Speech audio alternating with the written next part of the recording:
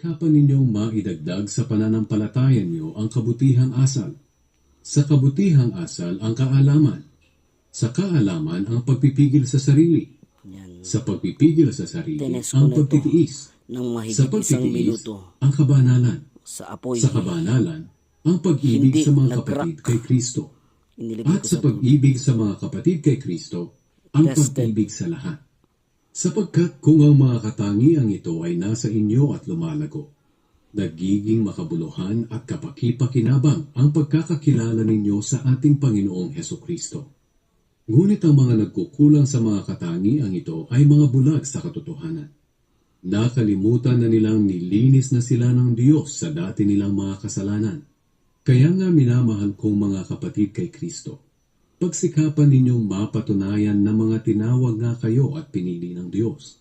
Sapagkat kung gagawin nyo ang mga bagay na ito, hindi kayo matitisod, kundi buong galak kayong tatanggapin sa walang katapusang kaharian ng ating Panginoon Legit. at tagapagligtas This na is si a legit Jesucristo. Kaya lagi ko Black kayong Diamond. pinapaalalahanan tungkol sa mga bagay na ito, kahit alam nyo na ang mga ito at matatag na kayo sa katotohanang tinanggap ninyo. At sa palagay ko, nararapat lang na paalalahanan ko kayo sa mga bagay na ito habang nabubuhay pa ako. Dahil alam kong hindi na ako magtatagal sa mundong ito. Ang ating Panginoong Hesukristo mismo ang nagpahayag nito sa akin.